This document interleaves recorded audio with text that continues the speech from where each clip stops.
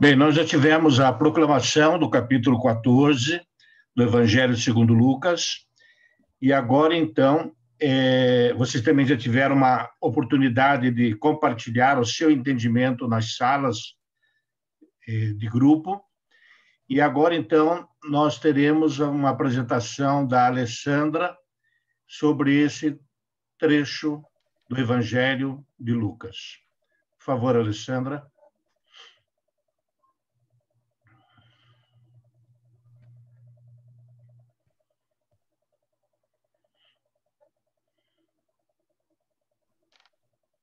Acho que foi, né? Sim, pode ir em frente. Bem, pessoal, boa noite a todos. Não sei se estavam todos presentes na primeira parte. Eu fiz a leitura do capítulo 14 do Evangelho de São Lucas. Ali teve um probleminha técnico, mas então a gente vai seguir agora com a apresentação. Eu vou falar para a gente compreender, né, melhor a leitura realizada nessa primeira parte. Esse evangelho ele é muito rico e relata momentos importantes da vida de Cristo. E em nossa apresentação, vamos destacar alguns temas para elucidar cada passagem. De acordo com a leitura já feita, dividimos agora o capítulo em 5 partes, que consideramos as mais relevantes. No primeiro tema,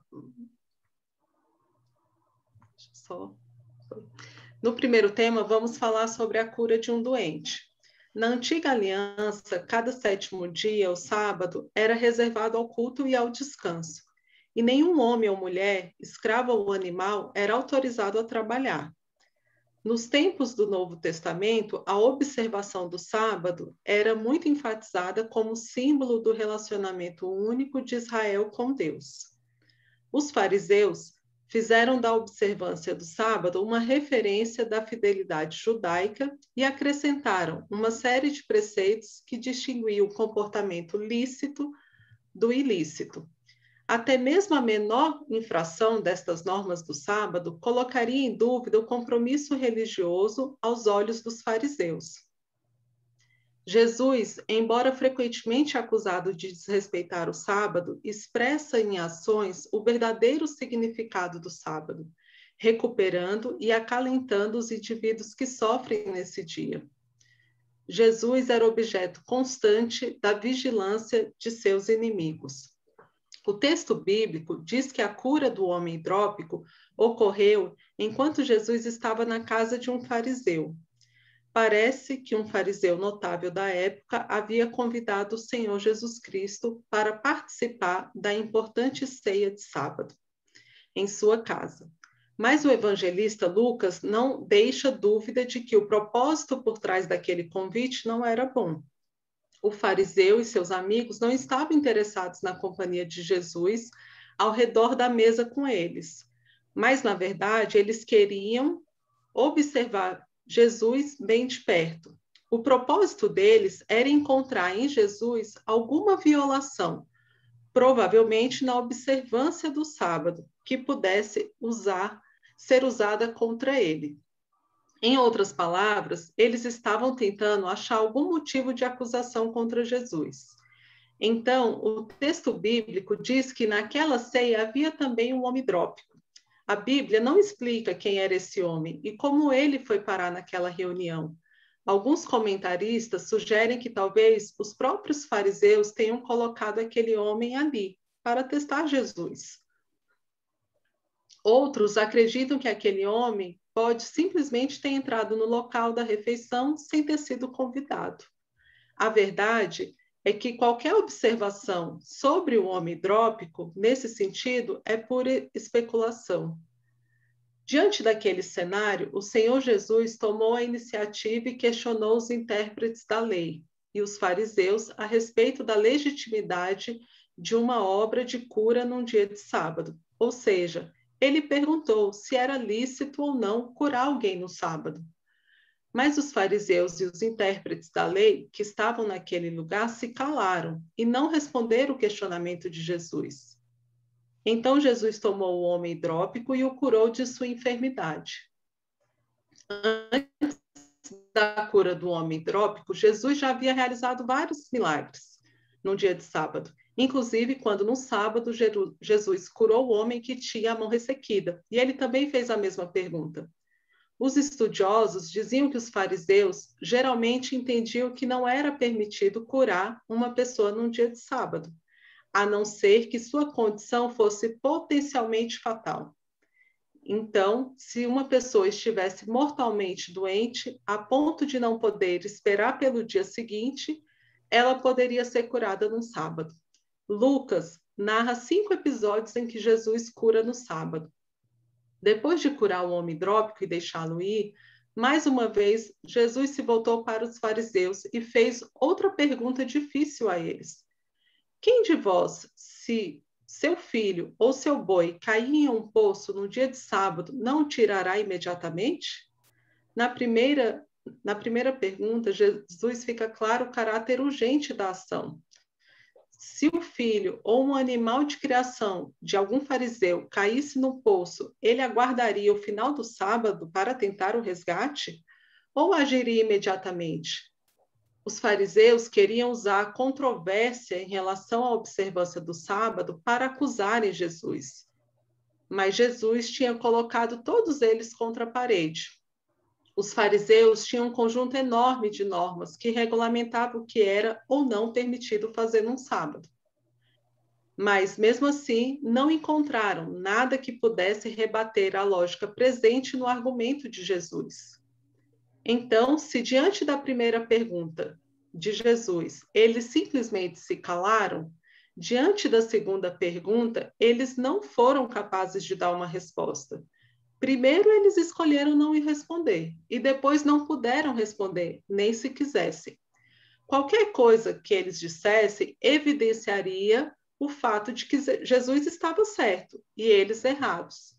Então, a cura do homem hidrópico é mais um exemplo bíblico, não apenas da manifestação do poder de Cristo sobre as enfermidades, mas também da sabedoria de Cristo triunfando sobre os adversários de sua obra.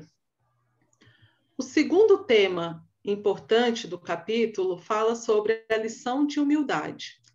A parábola dos primeiros lugares é uma parábola de Jesus que pode ser encontrada no Evangelho de Lucas, o único dos 4 evangelistas que registrou essa parábola.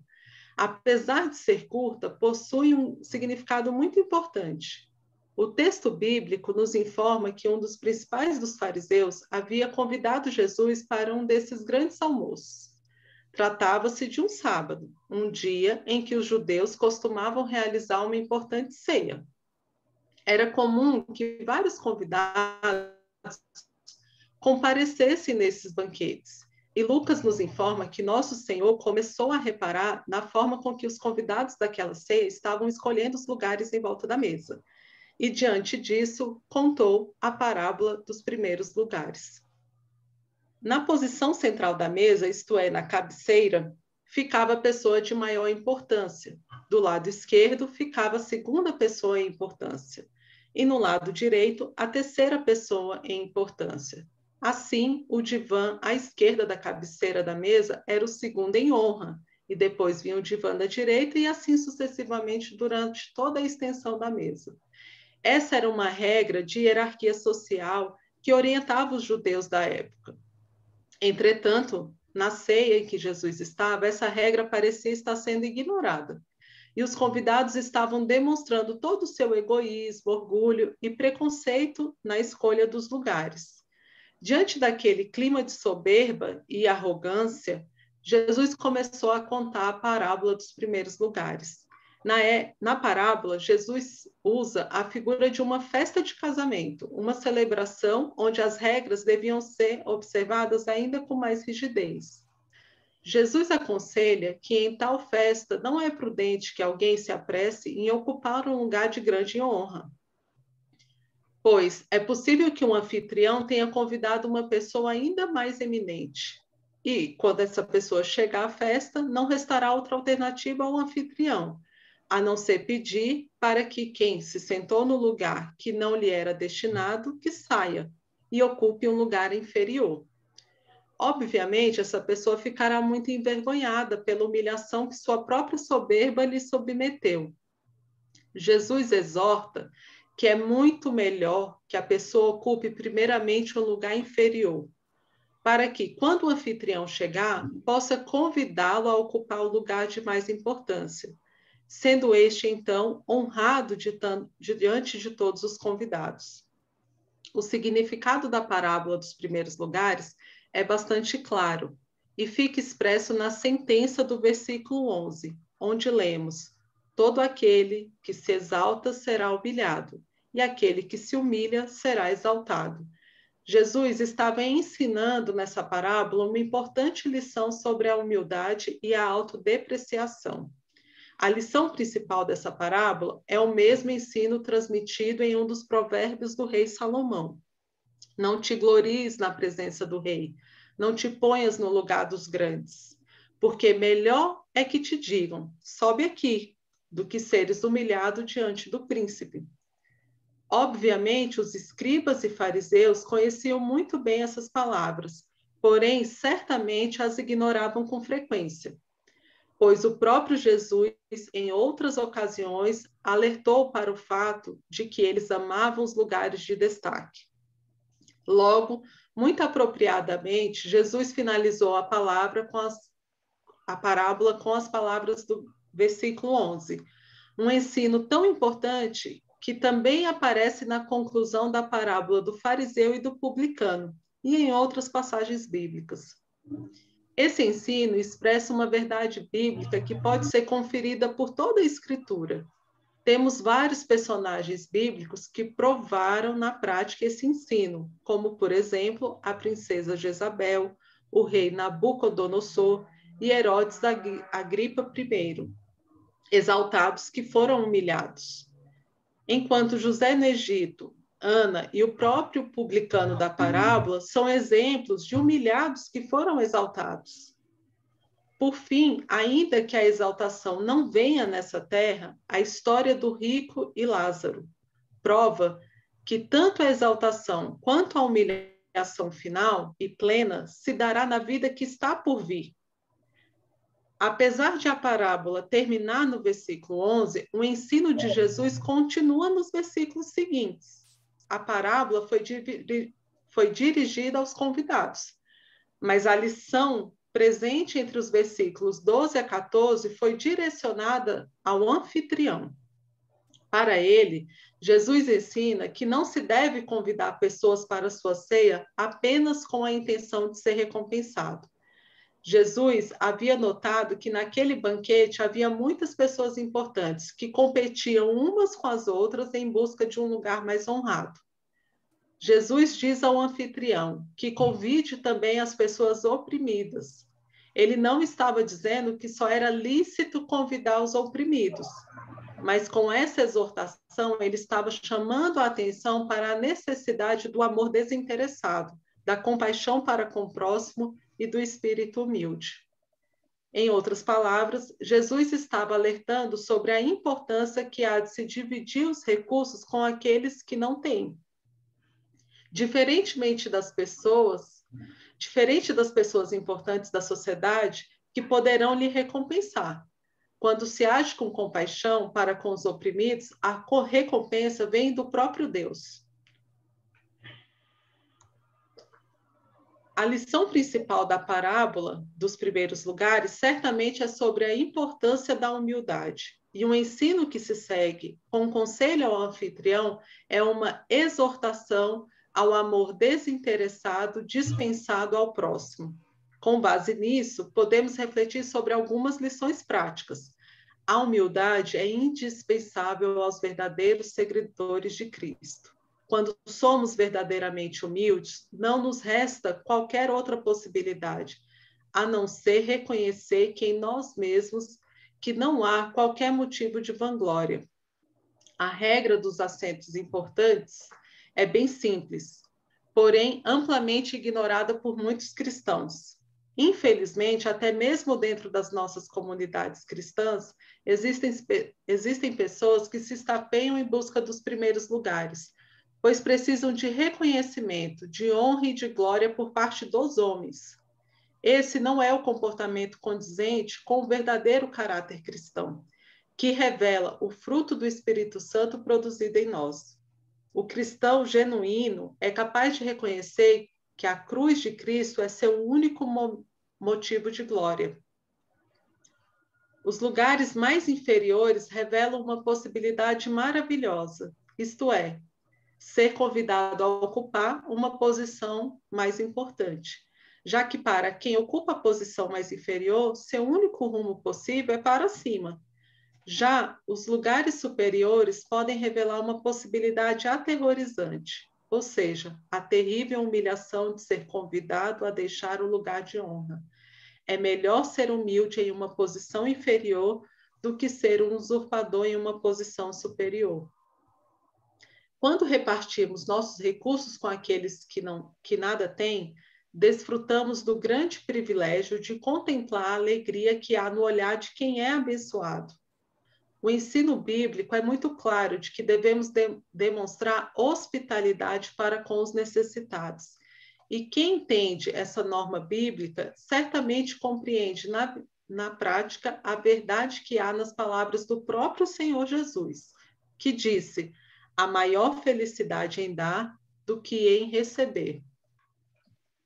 O nosso terceiro tema fala sobre a parábola do grande banquete. As refeições festivas tinham grande significado religioso nos tempos bíblicos e geralmente simbolizavam a comunhão da aliança com Deus. De acordo com Isaías, lá no capítulo 25, Deus preparava um grande banquete messiânico para celebrar a salvação de todos os filhos de Israel e das nações.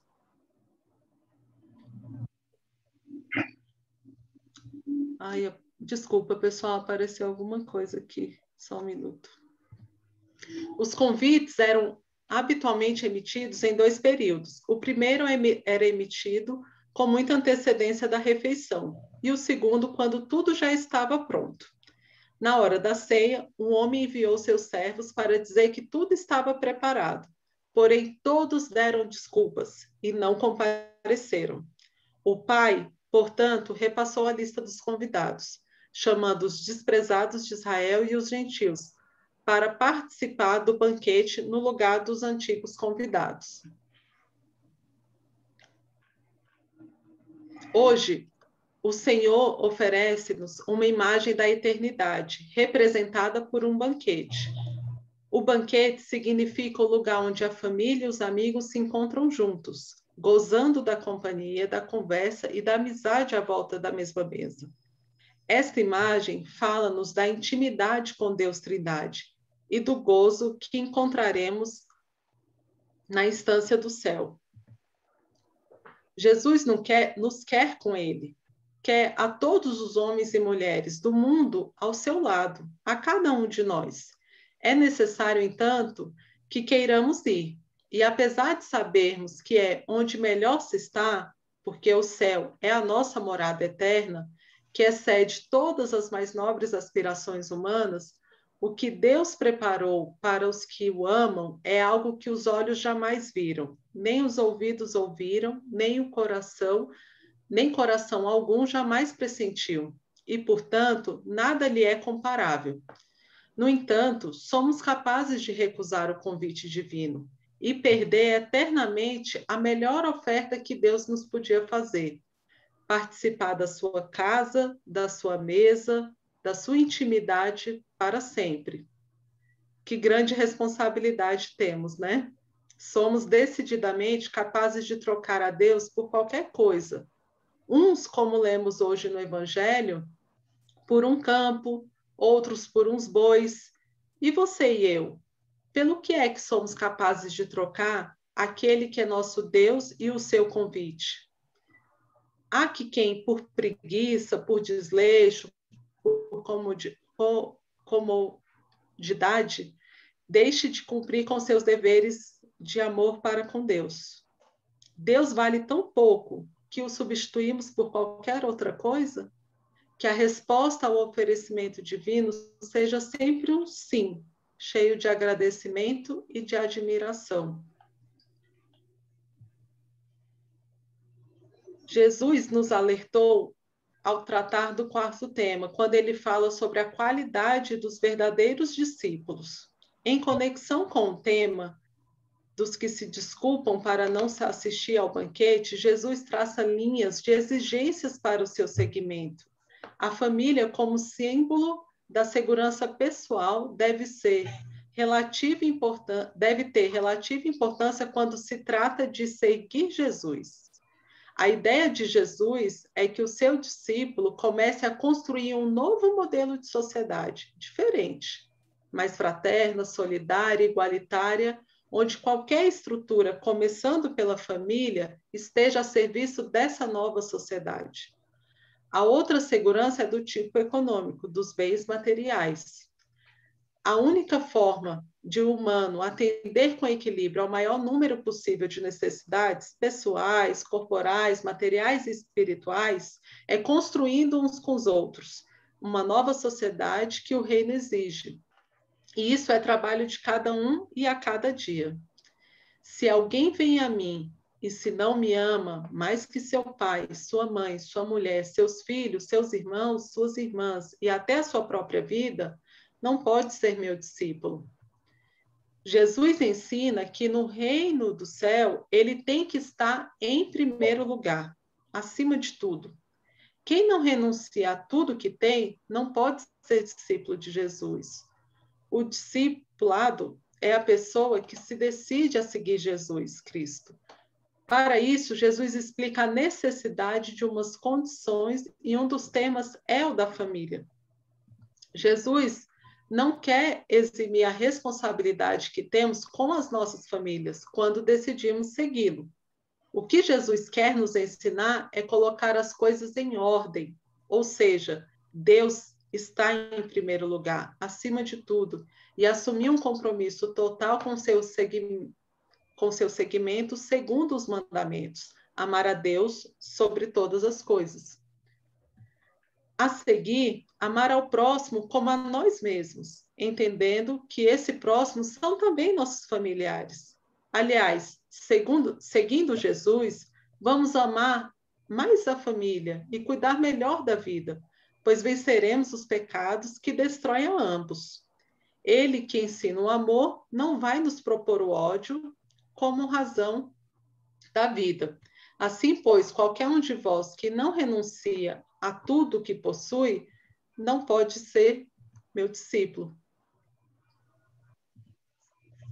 Para encerrarmos, vamos falar sobre o quinto e último tema, que fala sobre o sal. O sal é uma coisa boa, mas se ele perder o seu sabor, com que o recuperará? O sal serve para dar sabor aos alimentos e também para preservá-los. O discípulo é o sal da terra. Sua presença aqui não apenas revela o sabor do cristianismo autêntico, mas também evita que o mal se alastre. Mas isto não significa que o cristão deva usar de força bruta ou ingerência nos assuntos deste mundo para conter o mal. Sua simples presença e exemplo causam essa influência. O modo como o cristão se comunica também deve ser equilibrado, nem pouco, nem muito sal. O seu falar seja sempre agradável e temperado com sal. Sem comunhão pessoal com Deus, você corre o risco de perder o sabor, isto é, virar um sal que não salga. Um sal assim não serve nem para adubar a terra. Um homem pode não gostar de um cristão fiel, mas certamente irá desdenhar de um fracassado na fé. Jesus termina dizendo: aquele que tem ouvidos para ouvir, ouça. Você tem ouvidos para ouvir o que vem de Deus ou vive para escutar a opinião pública como os fariseus dos próximos? Assim, o Evangelho de São Lucas, capítulo 14, nos mostra o quanto devemos estar atentos aos ensinamentos do Cristo, que nos revela através de seus exemplos práticos, como nos portar enquanto cristãos. Que saibamos olhar com caridade aos enfermos, que possamos estender as mãos aos necessitados, que sejamos capazes de sentar nos últimos lugares, que tenhamos em mente sempre que a recompensa em qualquer de nossas ações, ainda que não ocorra durante a vida, certamente será lembrada na eternidade. que sejamos o sal que a terra tanto necessita. Muito obrigada. Eu falei para vocês em nome do Pai, do Filho, do Espírito Santo. Amém. Bem, agora então, depois desta reflexão feita pela Alexandra, nós iremos para as nossas pequenas salas para nosso último momento de reflexão, onde então nós traremos esse trecho do Evangelho para as nossas vidas. O que Jesus quis dizer para mim através desse trecho do Evangelho? E como eu vou reagir a essa proposta que Jesus me faz nesta noite? Então, nós teremos mais 30 minutos e depois retornaremos para esta sala principal. Até já.